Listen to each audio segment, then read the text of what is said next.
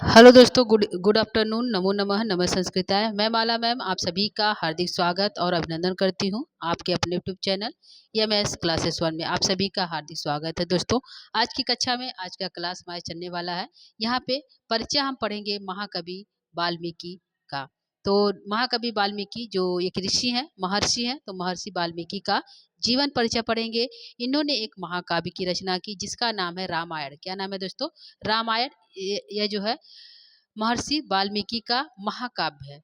और इस महाकाव्य में जो महर्षि वाल्मीकि ने महाकाव्य लिखा रामायण, इसकी भाषा संस्कृत है। और यदि हम इसमें कहें कि इसमें रस कौन सा है, रामायण में किस रस का प्रयोग किया गया है, तो रामायण में जो है करुण रस का प्रयोग किया गया। किस रस का प्रयोग किया गया दोस्तों? तो करुण रस का रामायण में प्रयोग किया गया है। और इसमें जो है श्लोकों की संख्या, यदि हम कहें कि इसमें श्लोकों की संख्या कितनी है रामायण में, टोटल श्लोकों की संख्या कितनी है, तो 24,000 है। कितना है दोस्तों? 24,000 इसमें श्लोक है। किसमें?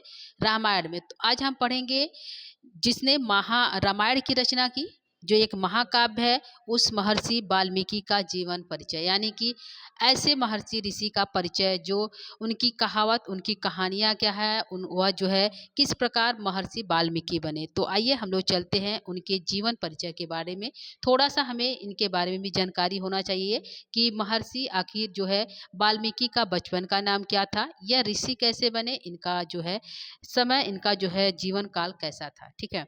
तो जो है महर्षि वाल्मीकि, इनको आदि कवि कहते हैं। क्या कहते हैं? इनको आदि कवि या आर्ष कवि भी कहते हैं। आर्ष भी कह सकते हैं क्योंकि सबसे प्राचीन कवि हैं, इसलिए इनको आदि कवि और आर्ष कवि के नाम से भी जाना जाता है। ठीक है। तो यहाँ पे है कि आदि कवि रामायण के रचयिता महर्षि वाल्मीकि हैं। इनके जीवन के बारे में आज हम रोचक दार जो है कहानी को पढ़ेंगे। तो महर्षि वाल्मीकि का इतिहास और बाल्यकाल क्या था, यानी क्या इनका बचपन कैसे बीता, इनका जो है जीवन, इनके माता पिता का क्या नाम है, इनके भाई का क्या नाम है, यह जो है किस प्रकार इन्होंने अपने घर को त्याग दिया और एक डाकू के रूप में जो है प्रसिद्ध हुए। इनके नाम के आगे डाकू जो है वाल्मीकि भी लगता है, तो डाकू रत्नाकर के नाम से यह बहुत अधिक प्रसिद्ध हुए थे। ठीक है। वही जो है डाकू रत्नाकर है जो सबके अंगुलियों को काट कर जो है गले में उसकी माला बनाकर पहनता था। तो आइए हम लोग पढ़ते हैं महर्षि वाल्मीकि का जीवन परिचय। इनके माता का क्या नाम था और पिता का क्या नाम था, ये किस वंश के थे। तो दोस्तों यहाँ पे हमने जो है एक ये जो ऋषि का नाम पढ़ा था अभिज्ञान शाकुंतलम में, जिसका नाम था कश्यप, ऋषि कश्यप, और उनकी पत्नी का नाम था अदिति। ठीक है। तो इस नाम से आप लोग परिचित है, महर्षि कश्यप और अदिति जो है, यह जो है इनके जो है कौन है, इसके ये दादा हैं, दादा दादी कह सकते हैं कि यह जो है कश्यप और अदिति जो है महर्षि के दादा और दादी हैं। तो यहाँ पे महर्षि जी के, वाल्मीकि जी महर्षि कश्यप और अदिति के 9वें पुत्र, प्रचेता की 10वीं संतान है, यानी कि कश्यप और अदिति के 9वां पुत्र था। उसके यह जो है पुत्र प्रचेता, उनके पुत्र का क्या नाम था? प्रचेता। किसके?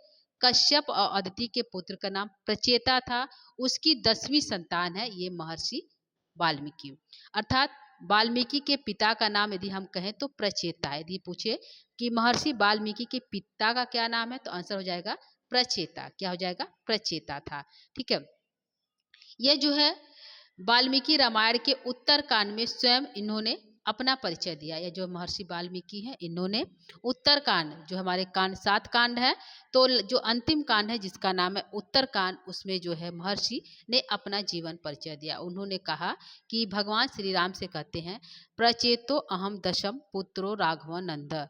उत्तरकांड 96 जो है श्लोक 18वें सर्ग में जो है उन्होंने कहा है कि प्रचेता का मैं 10वां पुत्र रघुनंदन हूँ। क्या हूँ? मैं प्रचेता का 10वां पुत्र क्या हूँ? रघुनंदन हूँ। किसने कहा? महर्षि वाल्मीकि ने बताया कि मैं प्रचेता का पुत्र, यानी कि महर्षि वाल्मीकि के पिता का क्या नाम है, तो आंसर हो जाएगा प्रचेता।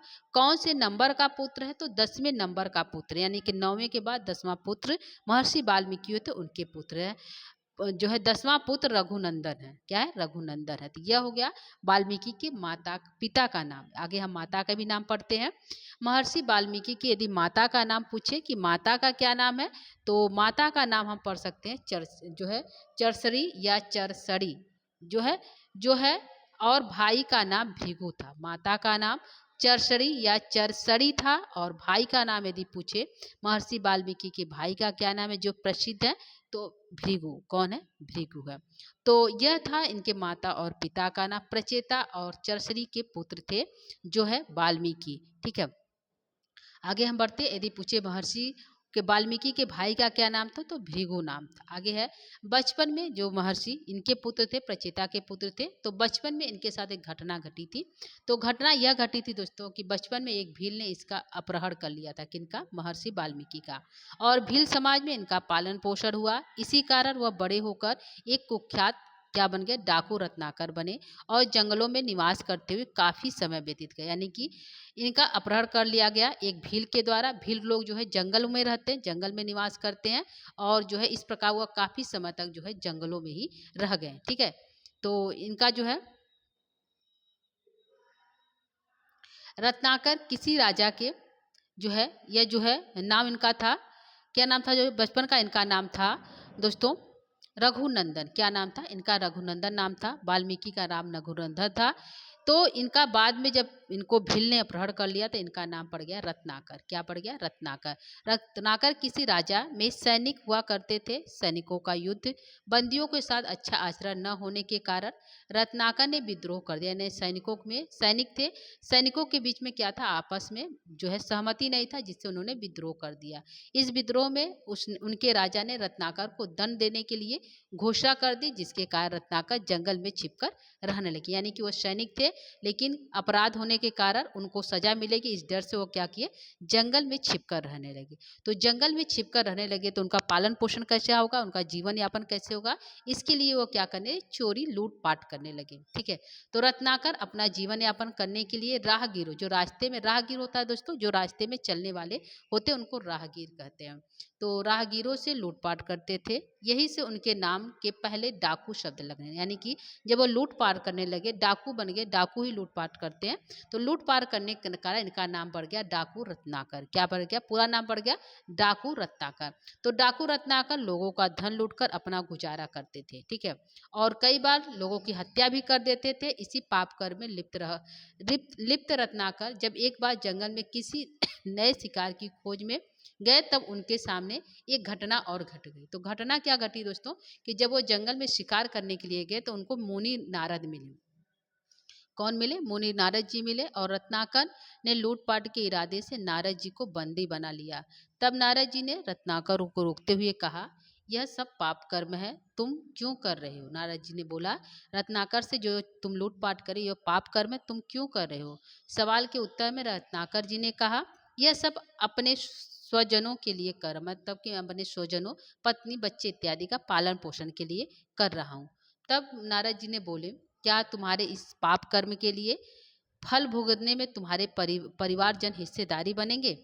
इस पर रत्नाकर ने बिना सोचे ही हाँ बोल दिया। तब नारद जी ने रत्नाकर से कहा कि एक बार अपने परिजनों से क्या करो, पूछ के तुम वापस आओ, फिर मैं अपना सारा धन तुम्हें स्वेच्छा से दे दूंगा।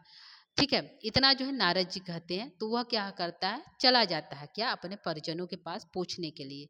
रत्नाकर ने उसी वक्त अपने एक स्वजन के पास जाकर अपने पाप के भागीदारी होने की बात पूछता है, पूछी, परंतु परंतु किसी ने क्या किया? इसमें हामी नहीं भरा, क्योंकि पाप में भागीदारी बनने के लिए किसी ने हामी नहीं भरा। इस बात से डाकू रत्नाकर को बहुत दुख हुआ और आघात भी लगा। फिर इस घटना से रत्नाकर का हृदय परिवर्तित हो गया और इस पाप कर्म को त्याग कर तप और जप करने लगे। ठीक है, क्या करने लगे? जप और तप करने लगे, अपना मार्ग बदल लिया। फिर कई वर्षों की कठिन तपस्या के फलस्वरूप उन्हें महर्षि पद प्राप्त, यानी कि डाकू थे, डाकू रत्नाकर थे, तो उनका नाम हो गया महर्षि। उनके नाम के आगे महर्षि शब्द जुड़ गया। ठीक है, महर्षि वाल्मीकि के नाम से क्या हो गए? ये प्रसिद्ध हो गए। कौन? जो है डाकू रत्नाकर। पहले उनका नाम दूसरा था, बाद में महर्षि रत्नाकर डाकू बने और उसके बाद महर्षि वाल्मीकि बने। ठीक है, अब महर्षि वाल्मीकि का प्रारंभिक नाम क्या था? यदि परीक्षा में पूछेगा कि महर्षि वाल्मीकि का प्रारंभिक यानी कि नाम क्या था, तो आंसर जाएगा रत्नाकर। क्या नाम था? रत्नाकर। भारतवर्ष में संस्कृत साहित्य के प्रथम महाकाव्य रामायण के रचयिता कौन है? तो आंसर हो जाएगा महर्षि वाल्मीकि। तो यहाँ पे दो प्रश्न बनेगा, महाकाव्य रामायण के रचयिता कौन है? तो आंसर महर्षि वाल्मीकि। यदि पूछे रामायण की रचना किस भाषा में हुई है, तो आंसर हो जाएगा संस्कृत भाषा में। कौन से भाषा में दोस्तों? संस्कृत भाषा में। ठीक है। रामायण को आदि कवि या आर्ष कवि भी कहा जाता है, हमने पहले बताया। रामायण जो सबसे प्राचीन का ग्रंथ है और जो इसलिए कवि को रामायण को आदि काव्य और आर्ष काव्य के नाम से भी जाना जाता है। महर्षि वाल्मीकि को इसके रचयिता होने के कारण आदि कवि भी कहते हैं। महर्षि वाल्मीकि ने रामायण की रचना की है, सबसे प्राचीन कवि, इसलिए इनका नाम, इनको क्या कहा जाता है? आदि कवि भी कहा जाता है। ठीक है। रामायण के साथ साथ महर्षि वाल्मीकि योग वशिष्ठ व अक्षर लक्ष्य जैसे प्रमुख ग्रंथों की भी रचना की। यानी रामायण के साथ साथ उन्होंने योग वशिष्ठ की भी रचना की। महर्षि वाल्मीकि ने रामायण महाकाव्य की रचना संस्कृत भाषा में की। हमने बताया कि जो है, जो रामायण की रचना है एक महाकाव्य है, लेकिन यदि पूछे किस भाषा में है, तो संस्कृत भाषा में है। महर्षि वाल्मीकि संस्कृत भाषा के आदि कवि हैं और आदि काव्य रामायण के रचयिता के रूप में भी क्या है? सुप्रसिद्ध है। कौन? महर्षि वाल्मीकि। एक बार महर्षि वाल्मीकि, एक कहानी और घटती है। एक तो वो डाकू थे, डाकू से वह किसी प्रकार जो है ऋषि बने, और ऋषि बनने के बाद उनके साथ एक और घटना घटी। उस घटना से उनका क्या हुआ? उनके मुख से क्या है, जो है जो है अनुष्टुप छंद में श्लोक फूट पड़ा। ठीक है। करुड़ रस में जो है अनुष्टुप छंद में श्लोक फूटा, वह करुड़ रस में जो है फूटा। तब से जो है महर्षि वाल्मीकि ने रामायण की जो रचना की वह अनुष्टुप छंद में और करुड़ रस में की। ठीक है। तो घटना उनसे जुड़ा हुआ है, यानी कि यदि रामायण की में कौन सा रस है? करुड़ रस है। और कौन सा छंद का प्रयोग किया गया? तो अनुष्टुप छंद का प्रयोग किया गया। इस प्रकार से प्रश्न बनेंगे। तो घटना क्या घटी? एक बार महर्षि वाल्मीकि एक क्रॉच पक्षी के जोड़े को निहार रहे थे, यानी कि पति पत्नी पक्षी थे, निहार रहे थे। तो उनके साथ एक घटना घटी। वह जोड़ा प्रेमालाप में लीन था। तभी उन्होंने देखा कि एक बहेलिये ने कामरत जो क्रॉच था, सारस था, पक्षी को जोड़े में से नर पक्षी का वध कर दिया। यानी कि जो नर पक्षी था वह मर गया और मादा पक्षी विलाप करने लगी। क्या बकली? मादा पक्षी क्या है? उस नर पक्षी के मर जाने पर विलाप करने लगी। उसके इस विलाप को सुनकर महर्षि की करुणा जाग उठी और द्रवित अवस्था में उनके मुख से स्वतः ही यह श्लोक स्फुटित हो गया। एक श्लोक स्फुटित हो गया, वह श्लोक यह है। ठीक है। श्लोक कौन सा है? माँ निषाद प्रतिष्ठाम तम गमः शाश्वती समाह यत करंच मिथुना देकम वधि काम मोहितम। तो ये जो है, इस मिथुन के जो है काम अवस्था को देखकर और नर पक्षी के मर जाने विलाप करने पर क्या हो गए? बहुत अधिक मोहित हो गए, उन्हें बहुत अधिक दुख पहुंचा। किसको? महर्षि जो है वाल्मीकि को। तो यह पूछेगा महर्षि वाल्मीकि को किस पक्षी को देखकर उनके हृदय में करुण व्याप्त हो गया? तो जो है क्रॉच जोड़े को देखकर। ठीक है। जिस समय महर्षि वाल्मीकि इस श्लोक के चिंतन में ध्यान मग्न थे, उसी समय ब्रह्मा जी श्रेष्ठ मुनि वाल्मीकि के आश्रम में आ पहुंचे। यानी कि जब वह इस अनुष्टुप छंद का प्रयोग किया, इस श्लोक को उन्होंने व्यक्त कर दिया, तभी जो है ब्रह्मा जी क्या है, वाल्मीकि के आश्रम में पहुंचे। श्रेष्ठ मुनि श्रेष्ठ ने उनका जो है सत्कार अभिवादन किया। तब ब्रह्मा जी ने कहा, हे मुनिवर, विधाता की इच्छा से महाशक्ति सरस्वती जीवा पर श्लोक बनकर प्रकट हुई है, इसलिए आप क्या करें? छंद माने श्लोकों में ही रामचंद्र जी के जीवन चरित्र की रचना, यानी कि उन्होंने, किसने बताया? रामायण लिखने की प्रेरणा किसने दी? तो आंसर हो जाएगा ब्रह्मा जी ने दिया। ठीक है। संसार में जब तक, ठीक है,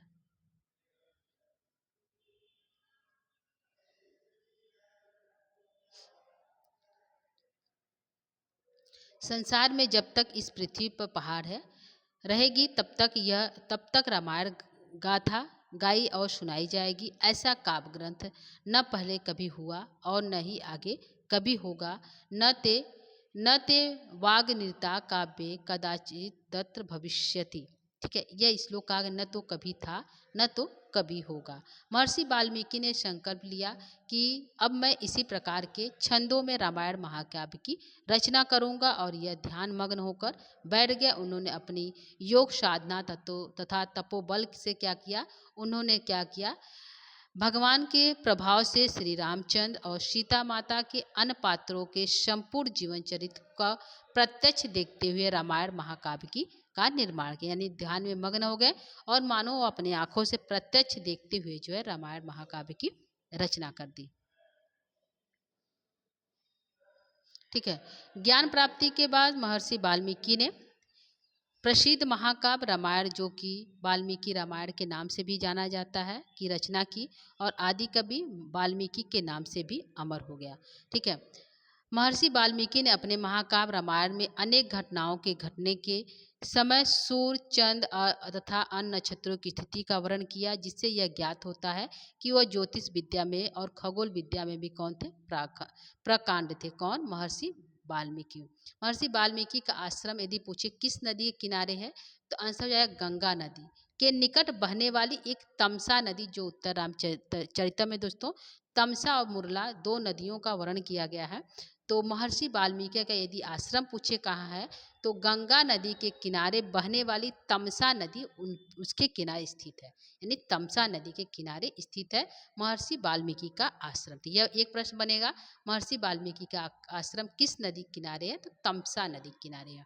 अगला प्रश्न होगा, वाल्मीकि रामायण में कितने श्लोक है, तो यहाँ पे श्लोकों की संख्या 24,000 श्लोक है, जिसके 1,000 श्लोकों के बाद गायत्री मंत्र के एक अक्षर का संपुट लगा होता है, यानी कि 1,000 यदि श्लोक पूरा हो जाता है, उसके बाद जो है गायत्री मंत्र का प्रयोग कर दिया जाता है।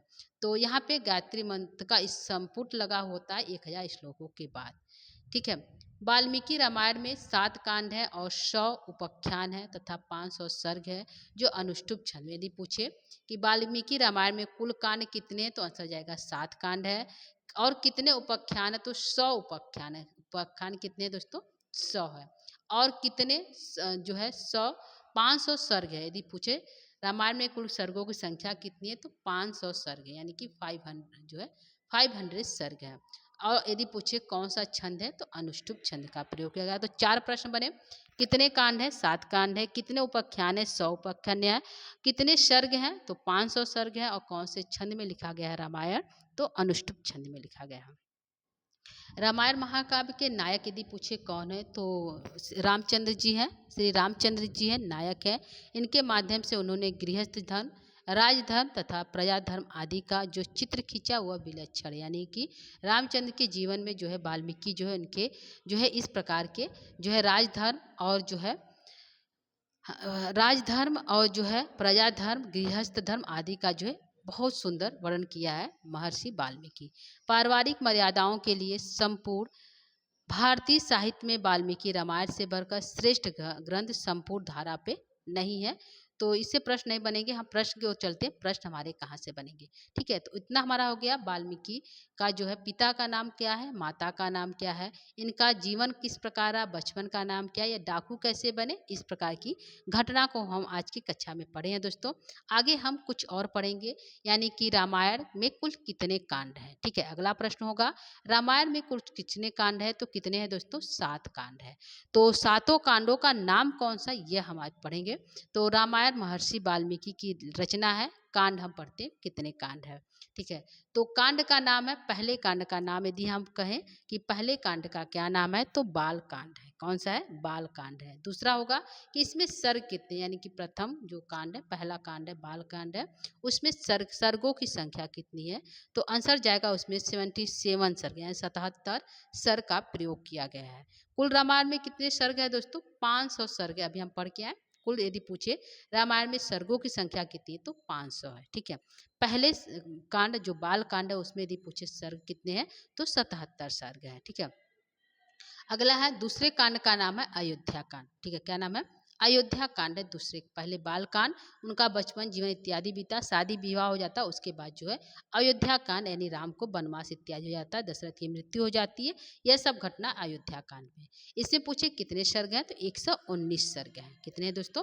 119 सर्ग हैं। ठीक है, उसके बाद अरण्य कांड, अरण्य कांड सीता इत्यादि का अपहरण होता है, जटायु इत्यादि की मृत्यु हो जाती है, ये सभी कांड क्या है? अरण्य कांड में होता है।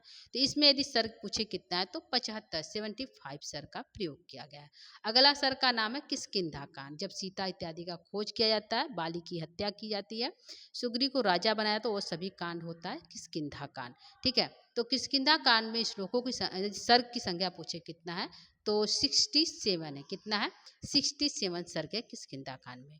अगला है, अगले कांड का नाम है सुंदर कांड, जब रावण जो है हनुमान जी जब लंका जाकर वहाँ से समाचार सीता का पता लगा कर आते हैं और सीता का सुसमाचार राम को बताते हैं। उस कांड को कहते हैं सुंदर कांड। कौन सा कांड? सुंदर कांड। उसमें यदि पूछे सर्ग कितना है तो 68 सर्ग है। कितना है? 68 सर्ग है। अगले कांड का नाम है युद्ध कांड, जो सबसे बड़ा कांड है। यदि सबसे बड़ा कांड पूछे कौन सा है तो युद्ध कांड। उसमें सर्ग कितने हैं तो 128 सर्ग है। कितने हैं दोस्तों? 128 सर्ग है। सातवें सर्ग का नाम है सातवें कांड का नाम है उत्तर कांड। क्या नाम है? उत्तर कांड। तो उत्तर कांड में यदि पूछे कितने सर्ग है तो 111 है। कितने? 111। यह तो हो गया हमारा सातों सर्ग दोस्तों। लेकिन इस सातों सर्ग में ये तो हो गया कि ये सातों सर्ग में कुल लगभग 500 सर्ग होते हैं। लेकिन यदि इसमें पूछे सबसे बड़ा सर्ग कौन है और सबसे छोटा सर्ग कौन है, तो सबसे बड़ा सर्ग हमारा होता है किष्किंधा सर्ग। कौन सा है? सबसे बड़ा सर्ग कौन सा है? किष्किंधा कांड सबसे बड़ा सर्ग। सबसे छोटा सर्ग है। क्या है? सबसे छोटा सर्ग यदि पूछे कौन सा है तो किष्किंधा कांड। ठीक है। और सबसे बड़ा कांड कौन सा है? तो सबसे बड़ा कांड है युद्ध का, क्योंकि युद्ध होता है, युद्ध लंबे समय तक चलता है। तो युद्ध कांड सबसे बड़ा है, जिसमें सर्ग कितने हैं तो 128 है। कितने हैं दोस्तों? 128 जो है सर्ग है युद्ध कांड में। तो ये हमारे दो प्रश्न अलग से बनते हैं, सबसे छोटा कांड और सबसे बड़ा कांड। किष्किंधा और युद्ध कांड दो जो है, जिसमें दोनों में युद्ध होता है। किष्किंधा कांड में भी युद्ध होता है बाली से और युद्ध कांड में भी युद्ध होता है रावण से। तो जो युद्ध कांड है वह सबसे बड़ा है, जो किष्किंधा कांड है वह सबसे छोटा है। ठीक है। तो ये हमारे हो गए कुछ प्रश्न। आगे हम देखते हैं। यदि इसमें पूछे जो है रामायण में कुल कितने श्लोक है तो 24,000 श्लोक है। इसे जो है चतुर्विंशति सहस्त्री संहिता के नाम से भी जाना जाता है। पूछे चतुर्विंशति सहस्त्री संहिता के नाम से किसे जाना जाता है तो आंसर जाएगा हमारा रामायण को जाना जाता है। किसको जाना जाता है तो रामायण को जाना जाता है। यानी कि उसमें श्लोकों की संख्या कितनी है तो 24,000 श्लोक है। यानी कि चतुर्विंशति सहस्त्री संहिता को ही जो है 24,000 श्लोक कहते हैं। ठीक है। तो 24,000 श्लोकों वाला महाकाव्य कौन सा है तो वह है जो है रामायण। ठीक है। रामायण में मुख्यतः यदि पूछे कौन सा छंद का प्रयोग किया गया है तो रामायण में यदि छंद है तो वह है अनुष्टुप छंद का प्रयोग किया गया। अनुष्टुप छंद में कुल वर्णों की संख्या कहती होती है। तो प्रत्येक वर्ण में जो है 8-8 वर्ण होते हैं। कितने? 8 जो है 8-8 अनुष्टुप में 8-8 वर्ण होते हैं। एक पंक्ति में 8 होता है। 8 के 16 तो 24 और चौका 32। हाँ, 8-8 वर्ड होते हैं प्रत्येक पंक्ति में। ठीक है। तो अनुष्टुप छंद है रामायण में हमारे 24,000 श्लोक है। ठीक है। तो यह रहा दोस्तों। ठीक है।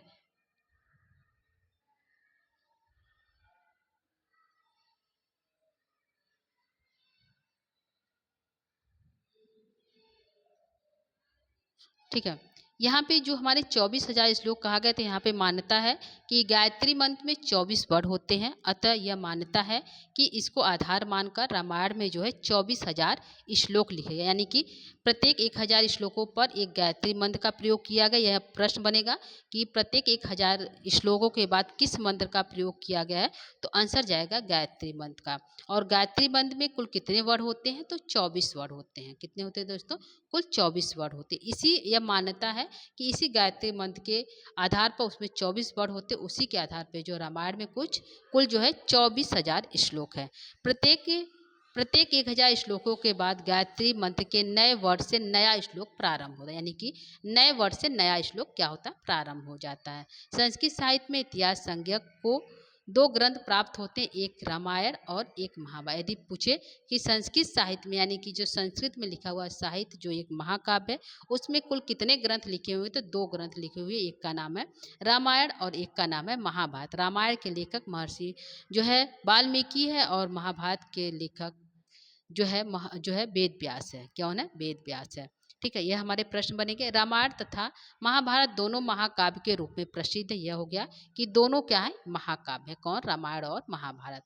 वाल्मीकि कृत रामायण आदि काव्य और ऋषि प्रेरित होने के कारण इसे आर्ष काव्य भी कहते हैं। तो ये पूछेगा आदि काव्य और आर्ष काव्य किसे कहा जाता है तो रामायण को ही कहा जाता है। ठीक है। इसका अन्य नाम है आर्ष काव्य और आदि काव्य। यह संस्कृत वाग्मय तथा में प्राप्त रामायण राम कथाओं के अतिरिक्त संसार के अनेक राम कथाओं जैसे अध्यात्म रामायण, अद्भुत रामायण, कमरा रामायण आदि राम विशेष जो है काव्यों का मूल उपजीव काव्य जो है स्वीकार किया जाता है। ठीक है, तो यहाँ पे है कि संस्कृत वाग्मय में जो है रामायण पर आधारित जो और बहुत से महाकाव्य लिखे गए हैं, जिसमें से आध्यात्म रामायण भी है, अद्भुत रामायण के नाम से भी है, कंब रामायण भी है, आदि जो है राम की के रामायण के ही उपजीव से यह जो है महाकाव्य लिखे गए हैं। ठीक है, जो है राजशेखर ने काव्य मीमांसा में इतिहास के दो भेद दिए हैं, एक परिक्रिया एक पुराकल्प। इससे प्रश्न नहीं बनेंगे। आगे हम देखते हैं, यहाँ पे है कि परिक्रियात्मक इतिहास के एक नायक से संबंध होता है, यानी कि इसके नायक कौन है, तो इसके नायक राम है। पूरा पूरा कल्पनात्मक इतिहास अनेक नायकों से संबंध होता है, तो इसमें एक नायक है जिसका नाम है राम। ठीक है, तो इस प्रकार रामायण जो है केवल एक नायक विषयक होते हैं। तो यह जो हमारे परिक्रिया और पूरा उससे परिचय, तो इससे प्रश्न नहीं आएंगे। हम आगे बढ़ते हैं। ठीक है,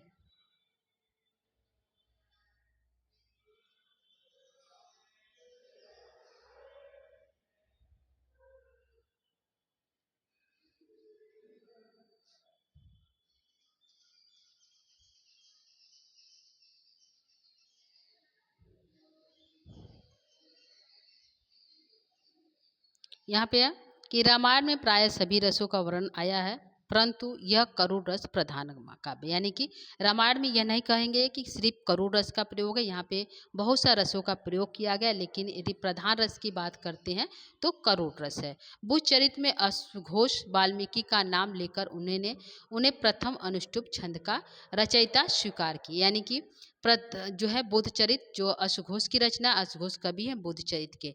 तो बुद्धचरित जो है जब अश्वघोष ने लिखा तो उन्होंने वाल्मीकि के बारे में लिखा कि उन्होंने जो है यह प्रथम अनुष्ठित छंद के रचयिताकार जो है महर्षि जो है वाल्मीकि है। वाल्मीकि आदिरऊ च ससर्ग पद्यम बुद्धचरितम। ठीक है, तो यह हो गया रामायण के विविध संस्करण कैसे प्राप्त होते हैं, कहाँ कहाँ से प्राप्त हुए, तो इसको हम छोड़कर आगे बढ़ते हैं।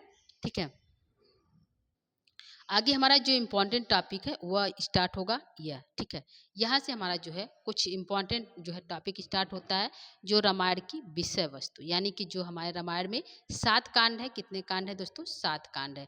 तो 7 कांड में कौन कौन सी घटनाएं घटी हुई हैं, उन बाल कांड में कौन कौन सी कुछ मुख्य घटनाएं घटी हुई, तो उसके बारे में यहाँ से प्रश्न पूछता है। उनका बाल काल, उनका विवाह किस कांड में हुआ, दशरथ ने कौन सा अश्वमेध यज्ञ किया, जो है शांता कौन थी, शांता का पति कौन थे, और जो है इसमें जो है कार्तिकेय का जन्म है, अल्लाह का उद्धार है। तो ये सभी जो प्रश्न हमारे पूछते हैं सामान्य परिचय में। तो संस्कृत साहित्य के इतिहास में रामायण से प्रश्न उत्तर आता है दोस्तों, इसलिए हम जो है रामायण यहाँ पे लेकर उपस्थित हुए हैं। तो आज के लिए इतना ही करेंगे। कल हम जो है क्लास यहाँ से स्टार्ट करेंगे, रामायण की विषय वस्तु यानी कि प्रथम जो कांड है बाल कांड, वहाँ से स्टार्ट करेंगे। बाल कांड में कौन कौन सी घटनाएं घटित हुई हैं। तो दोस्तों आज के लिए इतना ही। कल जो है पुनः लेकर उपस्थित होंगे अगली कक्षा। तब तक के लिए दोस्तों नमो नमः, नमः संस्कृताय, धन्यवाद, थैंक यू।